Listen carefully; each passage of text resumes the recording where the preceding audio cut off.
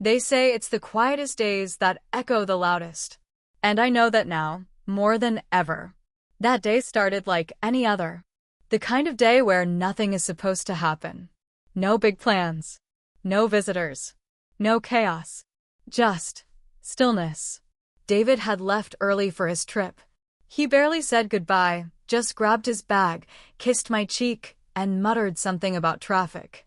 He didn't look me in the eye. But honestly, I didn't expect him to. Not anymore. I watched him pull out of the driveway from the kitchen window. And when the car disappeared down the street, I thought, finally, just me, the house, and some peace. But I had no idea what was really on its way. You know that feeling? When you're so used to being ignored, you stop realizing you're lonely. That's where I was. Not sad. Not happy. Just somewhere in the middle. Like I'd pressed pause on who I used to be. I wandered through the house barefoot. The tiles were cold under my feet. I hadn't turned on any music yet. I didn't need to. Because the silence, the kind that wraps around your shoulders like a blanket, it felt comforting. At least, at first. I made myself a cup of tea, chamomile. Not because I needed to relax, but because I liked the ritual. Something small I could control. Something still mine. The wind outside was calm. The curtains barely moved. And the clock on the wall ticked like it had all the time in the world. And then, it happened. The sound that shouldn't have been there. Soft, almost gentle, but real. A knock. Just once. Like it wasn't sure it belonged. At first, I thought I imagined it. Maybe it was the old wood creaking. Or the wind brushing against the doorframe. But then it came again. 3 soft taps. Deliberate. Almost intimate. And that's when my heart sank. Not because I was scared, but because something in me knew that my world was about to shift. And I couldn't stop it. I walked to the door, each step slower than the last, like part of me wanted to see who it was. And part of me desperately didn't. I wasn't dressed up. Just an old robe. Hair tied up. No makeup. Just me, in my most honest, unguarded form. And as my hand touched the doorknob, that tiny voice inside, the one I hadn't heard in years, whispered, "Don't open it." But I did. And what I saw on the other side wasn't danger, wasn't fear. It was him. And just like that, the air inside the house changed. The silence shifted. The day stopped being ordinary. You know, I used to think I understood betrayal. I thought it looked like angry words. Late-night lies, cheating texts. But betrayal, real betrayal, sometimes wears a kind face, a familiar smile, and it shows up when you least expect it. That knock on the door? It wasn't just a sound. It was a beginning. If you've ever felt unseen, unheard, or just tired of pretending everything's fine, this story is for you.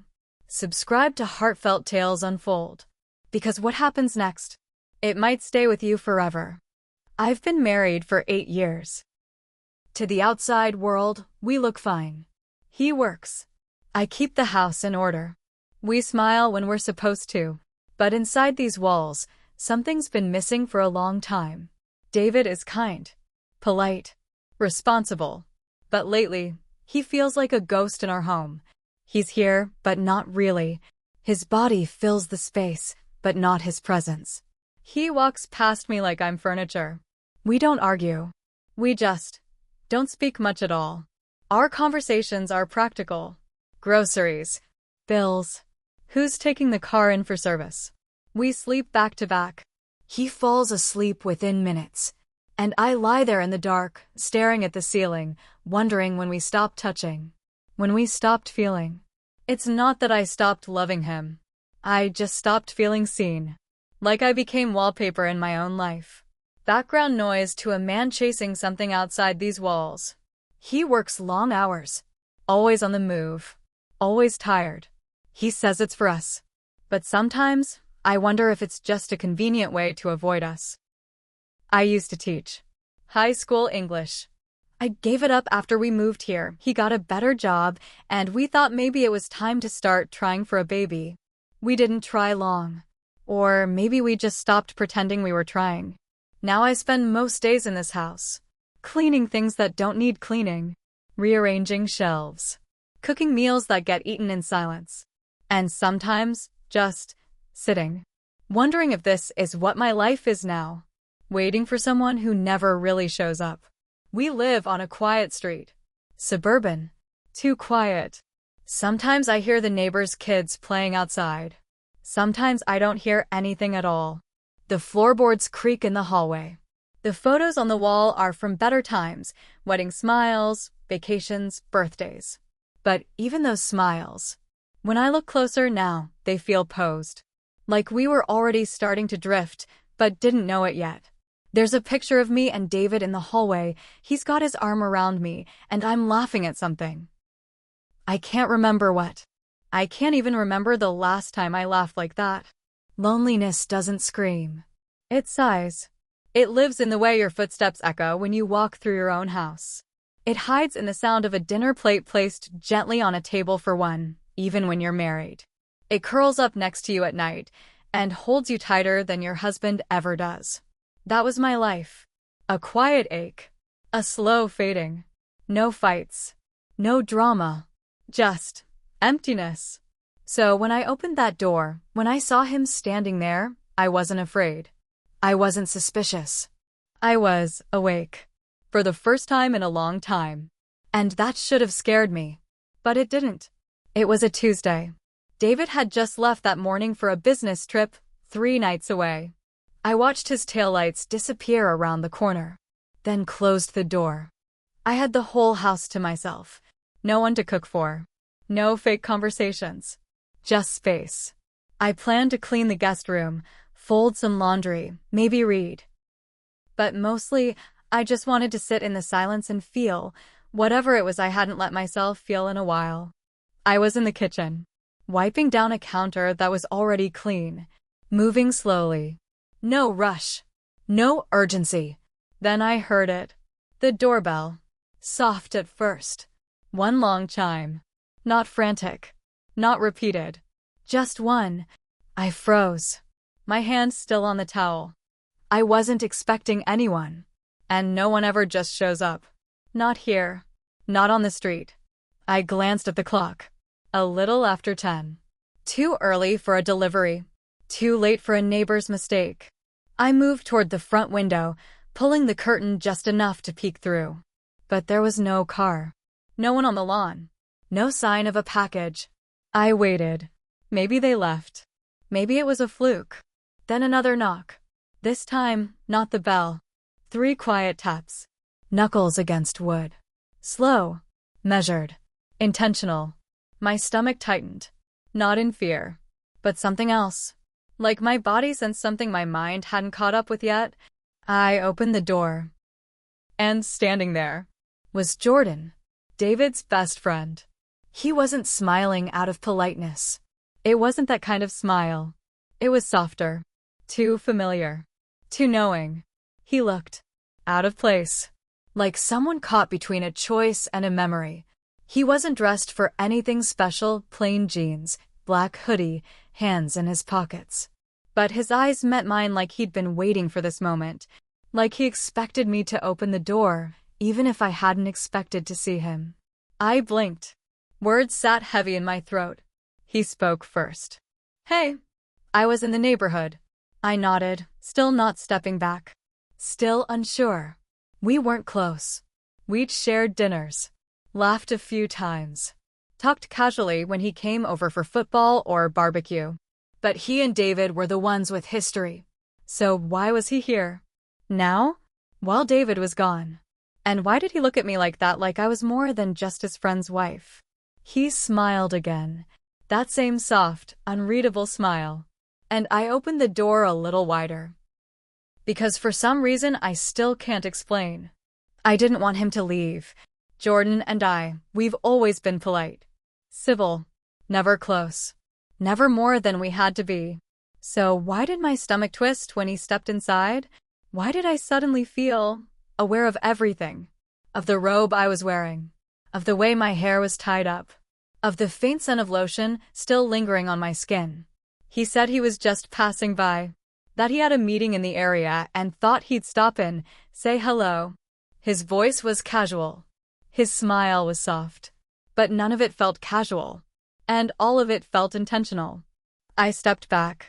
He walked in slowly, his eyes scanning the living room. The books stacked on the coffee table. The folded laundry on the couch. The untouched tea on the side table. Then he glanced at me. Not with surprise. Not with discomfort. But like he already knew what he was doing. He sat. Like he'd done it 100 times before. But he hadn't. We weren't that kind of familiar. Not until that moment. He noticed the kitchen sink. The slow drip David had promised to fix for weeks. He stood, walked over, turned the handle. Tightened something. The dripping stopped. There, he said. Should hold for now. I thanked him. My voice felt too small in my throat. We sat again. And talked. But not about David. Not about work. Not about anything safe. He asked how I was. Really asked. Not the way people do out of obligation. But like he meant it. Like he actually cared what the answer might be. I told him I was fine. The lie came too quickly. He didn't challenge it. But he didn't believe it either. I could see it in his eyes. That quiet way he studied me. Noticing too much. Saying too little. There was something different in his tone. And in his silence. Something too soft. Too aware. It wasn't loud. It wasn't obvious. But it was there. I laughed at something he said, some silly story about his job, and he smiled at the sound. Like it mattered to him. Like it meant something. And I hated how long it had been since anyone looked at me that way. Maybe I was imagining it. Maybe I wanted to. Maybe my mind was pulling tricks to fill a space that had been empty too long. But there was a warmth in his gaze I hadn't felt in years. Not from David. Not from anyone. And I hated myself for noticing. I crossed my legs. Shifted in my seat. Tried to put distance between us without moving an inch. But it didn't help. Because the space wasn't the problem. It was the feeling. The pull. The sudden ache in my chest I didn't know how to name. And beneath it all was the quiet, guilty truth I didn't want to admit. I didn't want him to leave. He stayed longer than he should have. 1 hour became 2. And somehow it didn't feel strange. Not at first. We sat by the window. Talked about music, travel, old cities we both wanted to visit. The kind of conversation I hadn't had in years. The kind where someone actually listens, not waiting for their turn to speak. Just listening. He asked me what books I liked. What places I missed. What memories I kept tucked away. David never asked me those things. Not anymore. I laughed once, genuinely, and he said, "I forgot you laugh like that." I looked at him, unsure of what to say. He looked back. No apology in his face. Just quiet honesty. I stood to grab something from the kitchen, and when I handed him a napkin, his fingers brushed mine. It was accidental. But he didn't pull away right away. Just let the contact sit there for a second longer than it needed to. A small thing. Barely a moment. But I felt it. He complimented my earrings. Said he'd never noticed them before. That they suited me. I smiled, said thank you. But inside, I was spiraling. Why was I noticing everything he said? Why was I holding on to the sound of his voice? Why did I care? Then he looked at the clock. Said he should probably head out. And almost as if on cue, it started to rain. Not a drizzle. A sudden, heavy downpour. The kind that fills the gutters and washes out the street. He stood at the door. Hand on the handle. Hesitating. I could have let him go. Could have said nothing. Instead, I said, "You can wait it out here. I'll make some coffee." He nodded once. Softly. No questions. I walked into the kitchen, hands trembling a little more than I wanted to admit. He followed, quietly. We stood near the counter. The only sound was the drip of the coffee maker and the rain hammering the windows. I handed him a mug. Our fingers touched again. And this time, It didn't feel accidental. It was just coffee. But the moment our hands met around the same mug, something shifted. The air in the room grew heavier. The silence between us, louder. He looked at me. Not down. Not away. Straight at me.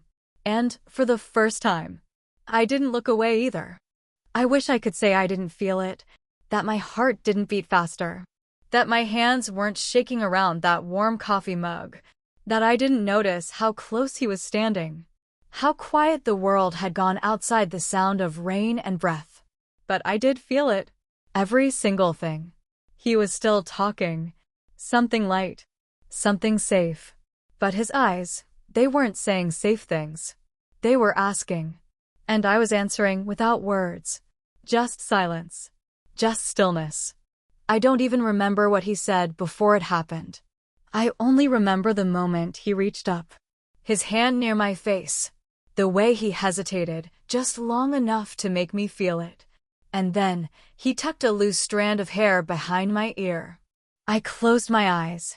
I don't know why. I just did. Like my body surrendered without permission. And when I opened them, he was looking at me like he knew. Like he saw the part of me I'd kept buried. The part that had been aching for years. Then he leaned in. Slow. Not a question. Not a demand. Just gravity. And I let him. The kiss. It wasn't rushed. It wasn't wild. It was quiet. Soft. But it was full of everything we never said. Everything we'd been pretending not to feel. When he pulled back, he didn't say a word. And neither did I. But the silence, it was deafening. It said everything. It said this wasn't supposed to happen. It said you can't take this back. It said now what? I stared at him. But I couldn't look him in the eye for long, because I wasn't sure who I was in that moment. I wasn't a wife. I wasn't even me. I was someone else, someone I didn't recognize. Someone who'd been hiding in the shadows of loneliness, just waiting for a hand to reach into the dark. And he did. He reached. And I didn't stop him. Not because I didn't know better, but because in that moment, I wanted to feel something real. Anything real. Even if it broke everything else. He left without another word. Just stood there for a second, then walked to the door, opened it, and disappeared into the rain. He didn't look back. And I didn't ask him to stay. The room felt colder after. Like he took all the oxygen with him. Like everything warm and safe had been stripped away in that one quiet moment. I stood in the kitchen for a long time. Still holding the mug. Still tasting the coffee. Still feeling the weight of what I let happen. Then I moved, slowly. Like someone waking up from a dream they wish they could forget. I washed the dishes. Each plate, each cup. Hands trembling so badly I almost dropped the glass. The guilt didn't creep in. It crashed. Landed right in the center of my chest and settled there, heavy and unmovable. I felt sick. Nauseous. But not from food or nerves. It was deeper. Shame. Regret. Fear. My phone buzzed just after 8. I shouldn't have come. I'm sorry. That's all it said. No name. No explanation. But I didn't need one. I stared at the screen for a while. Then turned it face down. Like that would make the words disappear. I tried to eat dinner. Couldn't. Pushed food around my plate until it got cold. Then dumped it in the sink and watched it swirl down the drain. David called around 9. His voice was tired, distracted. He asked how my day went. I said it was fine. Normal. Uneventful. My voice cracked on the word fine. He didn't notice. Or maybe he didn't care to ask. He talked about the hotel room. The meeting. Said he'd be home by Friday evening. I said okay. Just that. Then we hung up. I stood in front of the mirror after that. The bathroom light flickered a little. I leaned in and looked at myself. My eyes looked tired. My face pale. But it wasn't that. It was something else. I didn't recognize the woman staring back. Her expression. Her silence. The way she kept touching her lips like they still remembered what they shouldn't. I didn't know who she was. But I knew one thing for sure. I couldn't undo what had been done. I've played that moment 100 times in my head. Maybe more. Sometimes it comes to me when I'm folding laundry. Sometimes in the middle of the night, when David is sleeping beside me, his back turned, his breathing slow and steady. And sometimes, it just appears, like a memory that refuses to fade. Was it betrayal?